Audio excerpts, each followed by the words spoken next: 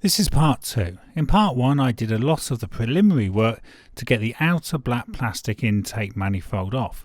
Next we need to do these.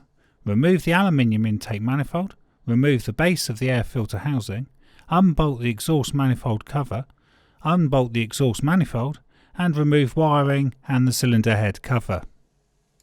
Here's an overview of the engine bay since I last started. We've removed the black outer manifold and these are the 3 main items that I'm going to remove today.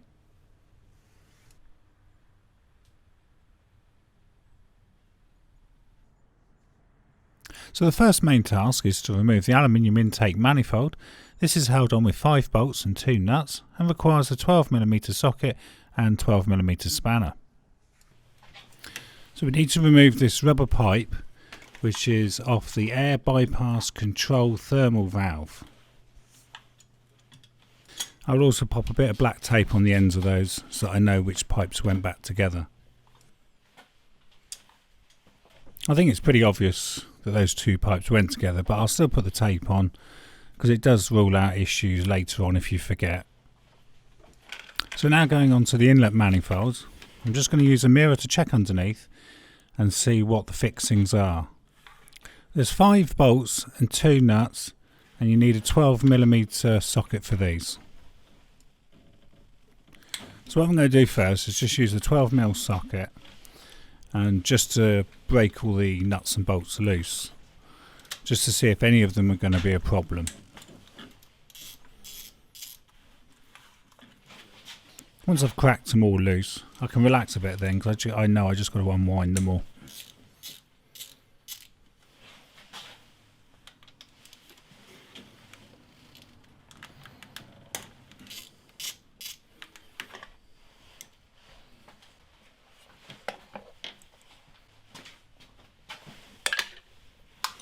This top left one was in a bit of an awkward position, so it was sort of a small spanner and just tap it a few times to break that one loose.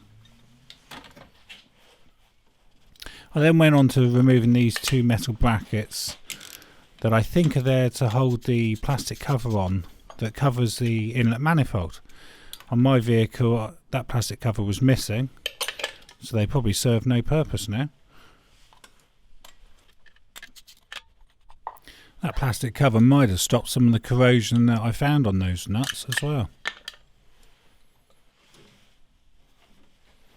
Just going to spray a little bit of penetrating fluid onto these 2 top nuts.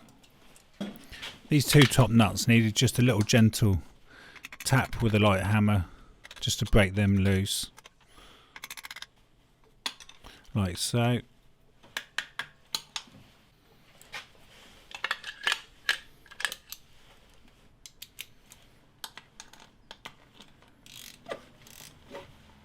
So then just take those 2 nuts off.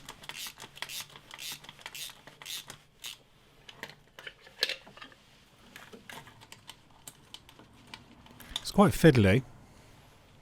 There's not much space down there to actually get your tools in there. Fingers are probably easier. So that's the 2 nuts off. So we have got some movement now of the manifold. So remove the bolts from underneath. So there's 3 underneath.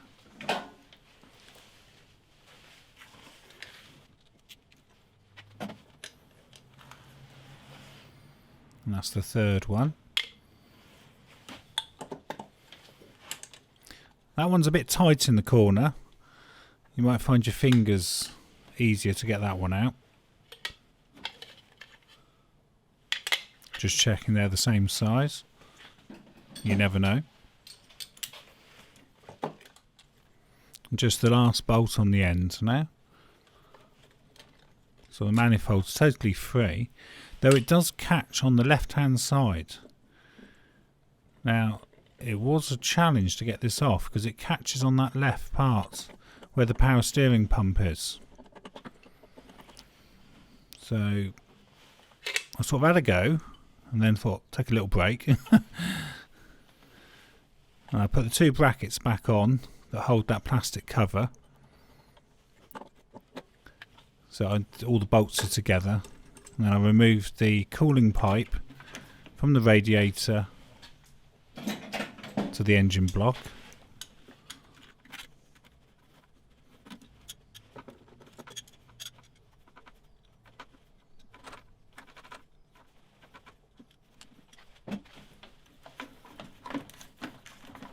So we'll just get that one out of the way while we're at it.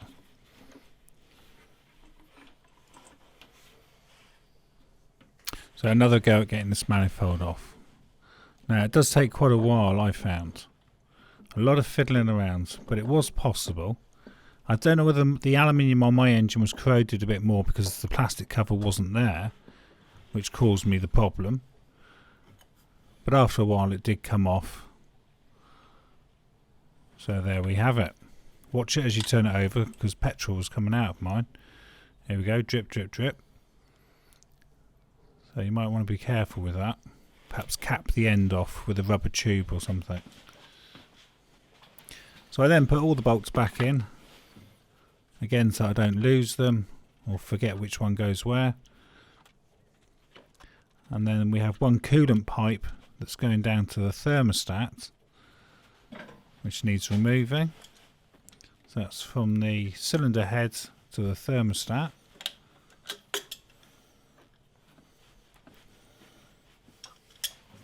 And then pop that one out of the way.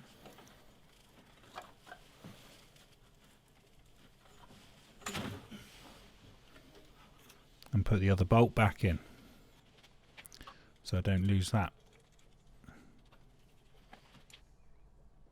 Next on the agenda is the air filter base. This is simply held in place by 2 bolts and 1 nut. 10mm socket needed here. Okay, the air filter base is easy enough. We've just got 1 nut and 2 bolts. 1 bolt being very long. So soon have those out. That was 1 bolt. That's a nut. And then the very long bolt. He is long. So we can just remove the intake pipe. That just pushes on there.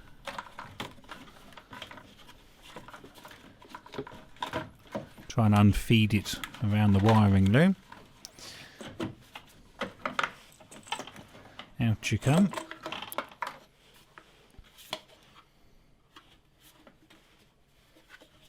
So that's the intake pipe. And then the filter base will just lift off now. Like so. It's quite a sturdy constructed item, this.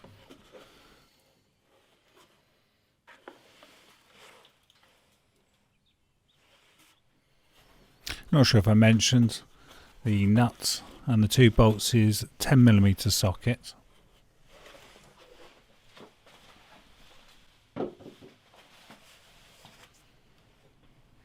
Then I'll pop the bolts back in again and the nuts again so I don't lose them.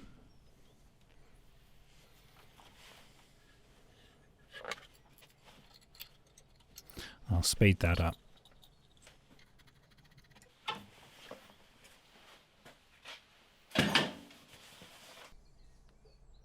The exhaust cover is next, and this is held on with 3 12mm bolts.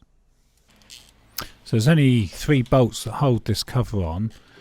Now the 2 that were near the engine, they were fine, but the one at the back, the head was all rusted and that just rusted over.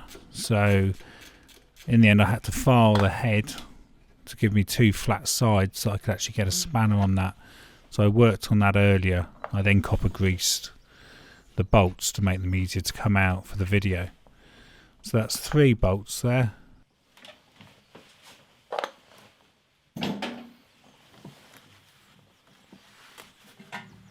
So this rusted nut, I think I filed the sides down so a 10mm spanner would fit him.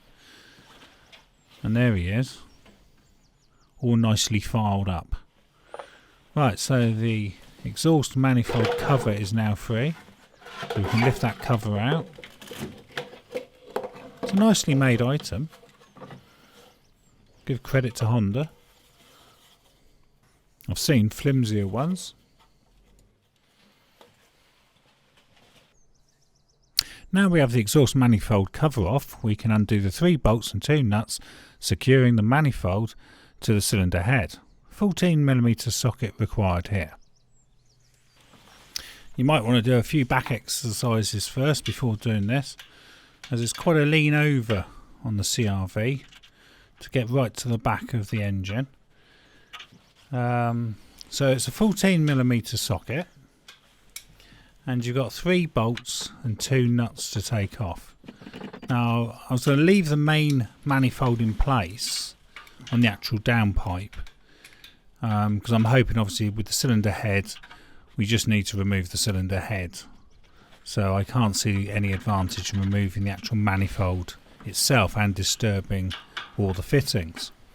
Though I do note that in the Haynes manual it does say that when removing these nuts and bolts that they should be replaced with new ones irrespective of their condition. Now I obviously plan to replace the gasket. Perhaps the nuts and bolts are more liable to snap when you torque them up if they're the old ones.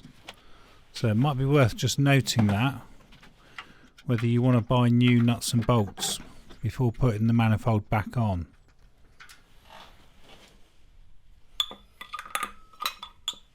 So we've got 2 bolts out so far. I keep speeding these bits up. I think it was more the strain of trying to lean over that was making it just that bit extra awkward. And obviously you've got to put a lot of pressure onto the wrench with it being right at the back of the car.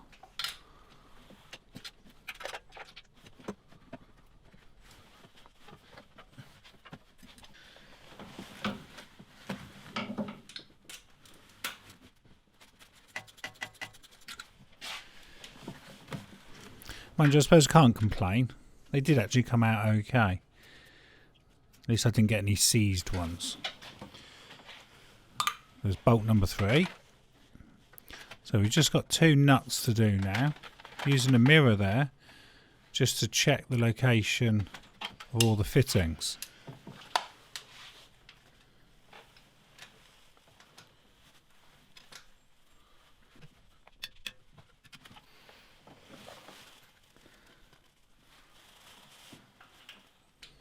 See, now I had one of the nuts came out with the stud still attached. Now looking at Haynes manual, so that's the nut. So it's the last one that came out with the stud. It says that really the stud should be replaced with a new stud as well. So there's obviously a reason for that. I shall probably ignore at my peril.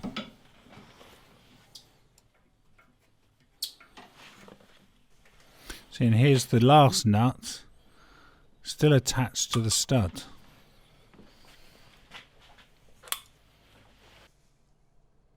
Now for a few miscellaneous items. We need to remove the wiring to the ignition coil packs, 2 camshaft position sensor plugs, a coolant temperature sender plug, a metal pipe bracket with 10mm socket, rear heater hose to cabin. We now need to remove the black ignition coil cover. This is held on with 4 nuts and they're 10mm each. So the 2 at the back actually have spacers on. At the front it's just nuts and then another spacer at the back. So we've got spacer, nut, nut, spacer. And then the plastic cover just lifts off, revealing the 4 ignition coils.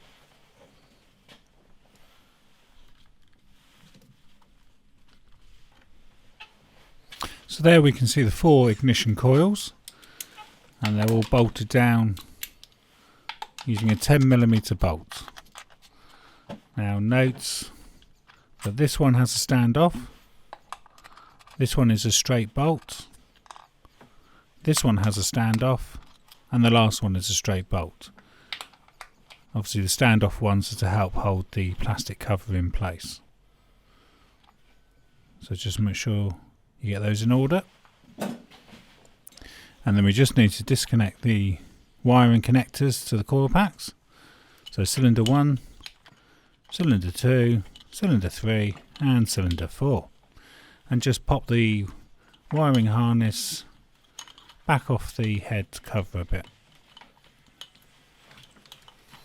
I'm just going to unclip the fuel line from its bracket there using a little thin screwdriver. So that's now free to go against the bulkhead. So it's out of the way. Don't forget there's still petrol in that pipe.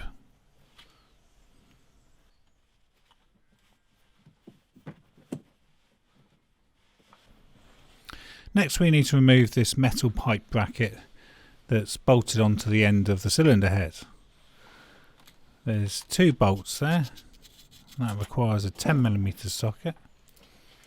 So that's one of the bolts out.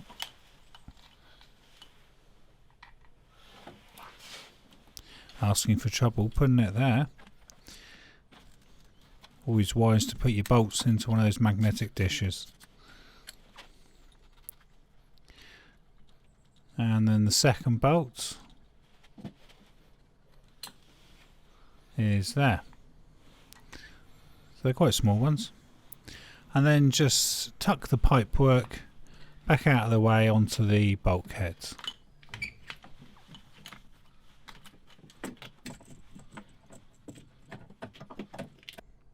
Now we need to disconnect the camshaft position sensors. So that's one already done. And then we've got this second one here. So it's just push in, pull off. Okay, there is a third connection now, which is the coolant temperature sensor, which you can't see. And it's just behind this quite large wiring loom that's running over the top of the gearbox. So you can unclip the wiring loom at the bottom, like so, and then this part pulls forwards, just like on a metal bracket, and then out the way. And just tuck down there, you can see partly white of the sensor, there it is the coolant temperature sensor, which we need to disconnect.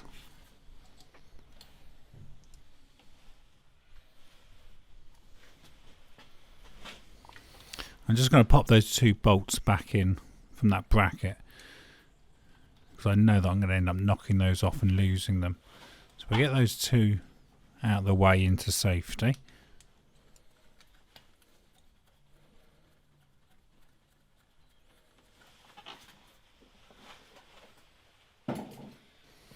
Now we can go back to this temperature sensor and disconnect it. So that's a black plug I've just pulled off there, and the sensor body is white.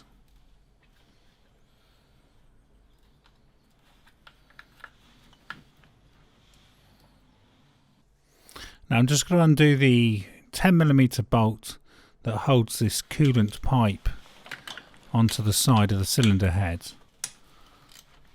I'm not going to remove it at this stage. I'm going to hope that if I just remove this one bolt, that frees it from the cylinder head, so hopefully the cylinder head will still lift clear when the time comes.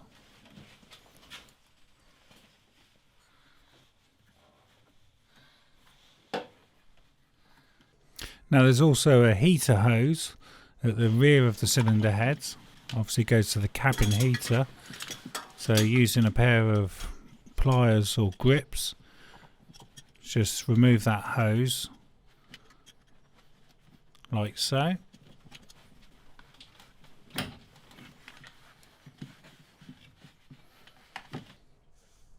Lastly, a few sensors from the timing chain end of the engine need unplugging. The crankshaft position sensor, the oil pressure sensor, the i-VTEC solenoid valve and oil pressure connectors on top of the valve, and the VTC oil control solenoid valve connector at the top of the timing chain case. So here's a picture of what the i-VTEC solenoid valve looks like. That's at the back of the engine on the left near the exhaust manifold. Obviously underneath the car by the crankshaft is the crankshaft position sensor that needs disconnecting as well. And then further up near the top is the VTEC oil control solenoid valve. That needs unplugging.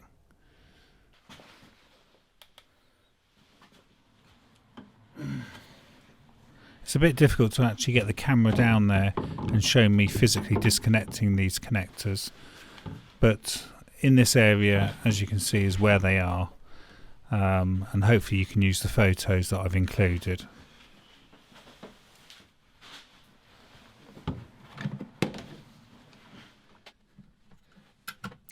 Then I move to the rear left of the engine to remove the connectors on the i-VTEC solenoid valve.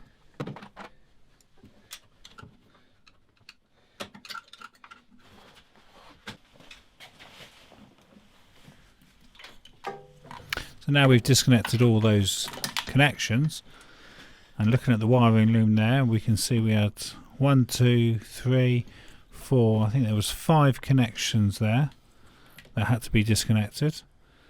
So now the wiring loom can be safely put over onto the right hand side of the engine bay. I'll include a labelled photograph of this wiring loom, which you may wish to pause.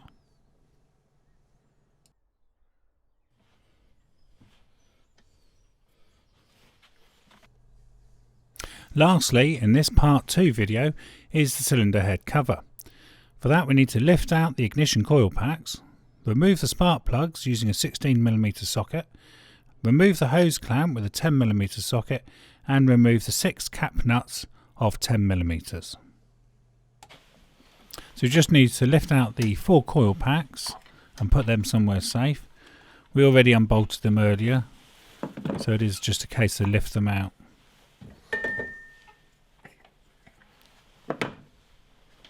And here's a photo of the cylinder head cover and the bracket bolts that we also need to remove.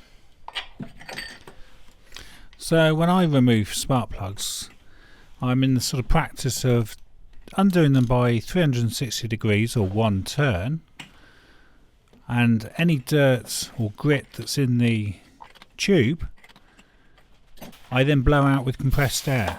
So I put on some earmuffs and a face shield and give it a quick blast just to clear out any grit. And that way, when I remove the spark plugs, hopefully nothing's going to drop down into the cylinder.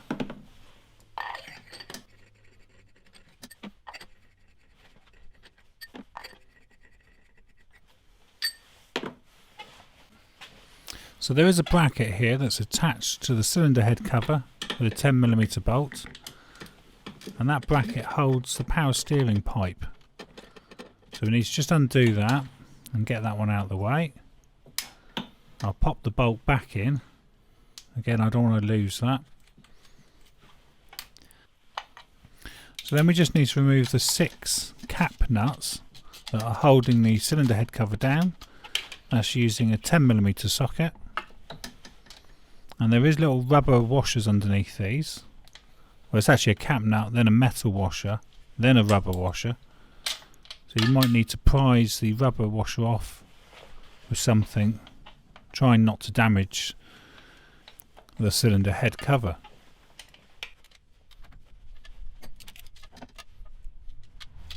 I think in the head gasket set I've actually bought, these metal washers and the rubber washers underneath are in that set, so I think they'll be replaced anyway when we put the engine all back together.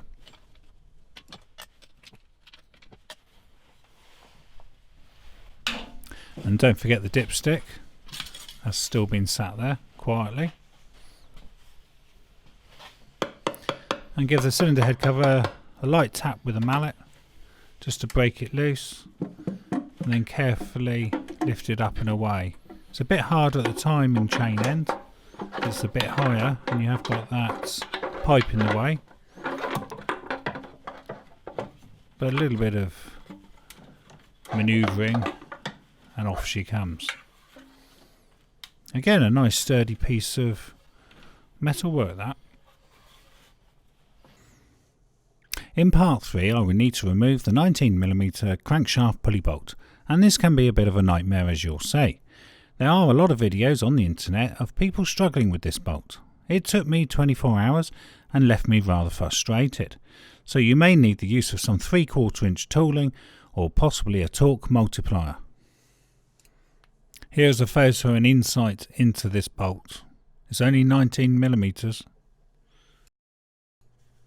Here are some detailed photographs with labels to help with identifying all the visible parts. I will put them on for only 4 seconds each, with the idea that you can pause them for detailed viewing.